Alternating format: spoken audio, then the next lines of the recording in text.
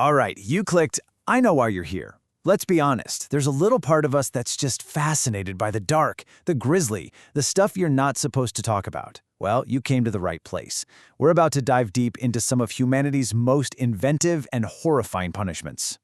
Come on, you know the feeling, right? You grab a slice of pizza that's fresh out of the oven, or you're just way too impatient with a microwave burrito. You take that first bite and bam, instant regret. It's that sharp, ow, that's hot feeling. We've all been there. Yeah, let that sink in. Take that brief, searing pain from the pizza, and now multiply it by, 1,000, and imagine it just doesn't stop. That's the level of intensity we're starting with today. This isn't just about ending a life. It's about making a terrifying, unforgettable statement. And what a statement it is. Our very first method is all about brutal, poetic justice. It was a special kind of punishment saved for people whose greed was so off the charts it became legendary. This was literally for the people who needed to swallow their ambition. So get this, there was this super wealthy Roman commander, Manius Aquilius. After he was defeated back in 89 BC, his captors wanted a punishment that fit the crime, To quench his so-called thirst for power, they decided to give him a drink of pure molten gold. The physics of this alone is just mind-blowing. We are talking about gold heated to over 1,000 degrees Celsius. To put that in perspective, your oven at home barely gets to a quarter of that. The very second that liquid fire hits your throat, it flash vaporizes every single drop of moisture it touches. And here's where it gets really gnarly. All that water in your cells instantly turning to steam? Well, steam takes up way more space than water. Inside a closed system, like say a human body, that creates an insane amount of pressure. Your internal organs just can't handle it. They rupture. Honestly, the only silver lining is you'd probably die from the shock or suffocation almost instantly. Okay, so we just covered a quick and fiery end. Now let's flip the script and look at something much slower. This is how ancient empires didn't just punish someone, they showed everyone that they had absolute, terrifying control over life itself. Immurement. It's a fancy word, but it means something pretty simple. Being walled up alive. It's the kind of thing an introvert might joke about, right? Leave me alone in a dark room. But then you remember, no snacks, no phone, no Minecraft, just nothing. It's the ultimate solitary confinement. This is pure psychological torture. You're sealed inside a space that's often smaller than a tiny New York apartment. There's no light, no sound. You're just there, in the pitch black, totally alone with your thoughts as your body gives out from lack of food and water. Horrifying. All right, let's step out of that dark, claustrophobic tomb and into the great outdoors for something that uses the raw power of nature itself. A Roman emperor named Aurelian had this morbidly brilliant idea. He figured, why build some complicated torture device when you can just use a couple of young, strong trees? So you have to understand, this guy Aurelian was a major control freak. His army had a laundry list of rules, basically a no fun allowed policy. Every soldier had to be perfect. So when one of his guys was caught having an affair, Aurelian decided to make an example out of him that no one would ever forget.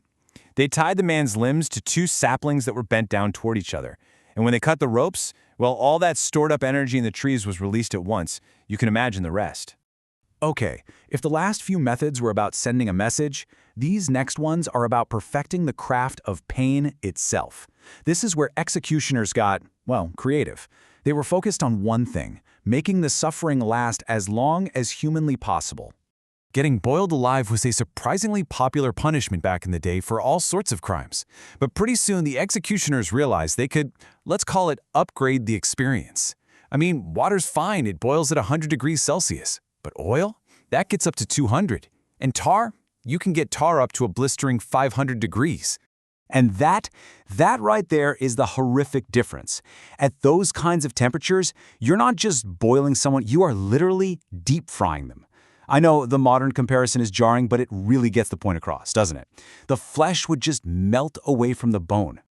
All right, brace yourselves for this one. This is our midpoint hook, and it's a big one. We're leaving Rome and heading north to the Vikings. And when it came to punishment, they had a method so brutal, so symbolic, that it's become the stuff of legend. It's called the Blood Eagle. This wasn't just a killing. It was a performance, a ritual. The process was disturbingly precise. First, they'd slice open the person's back. Then they would break the ribs from the spine one by one and bend them outwards. And for the grand finale, they'd pull the lungs out through the opening and lay them over the splayed-out ribs. The final image was meant to look like a pair of bloody wings.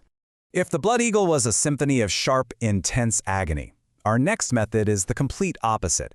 It's a slow, grinding, agonizing journey into madness that could go on for weeks. This is quite possibly the most psychologically twisted punishment ever created. Welcome to scaphism, also known as the boats. The ancient Persians came up with this one, and it's diabolical because it basically weaponizes the victim's own body against them. They'd stick the person between two small boats, kind of like a human-sized clamshell, leaving only their head, hands, and feet sticking out. And here's the horrifying process. They would force-feed the person milk and honey until they got horrible diarrhea. The boat would just fill up with filth. Then they'd smear more honey on the parts of the body sticking out. This disgusting, sweet mess attracted swarms of insects that would bite and burrow and lay eggs in their flesh. Over days, the person was eaten alive, all while slowly dying from infection and dehydration. But the truly insane part? How long it took. This wasn't a quick death. It was a prolonged state of conscious torture while you watch and feel your body decay. One historical account says a soldier survived this for 17 days. 17. It's just unimaginable.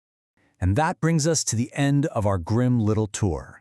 We've seen punishments that were symbolic, punishments that were about raw power, and punishments that were just the pure artistic pursuit of agony. I mean, think about it. From drinking molten gold and being entombed alive, to being torn apart by trees, boiled in tar, carved into an eagle, or slowly eaten by bugs. You can say a lot about humanity, but you can't say we lack creativity when it comes to being cruel. And that leaves us with one last big question. It's probably the same question that made you click on this explainer in the first place. What is it about these awful, gruesome stories that still grabs our attention, hundreds or even thousands of years later? Is it just morbid curiosity? Is it some kind of warning from the past? Or is it maybe a reflection of something a little darker that we all share? Something to think about.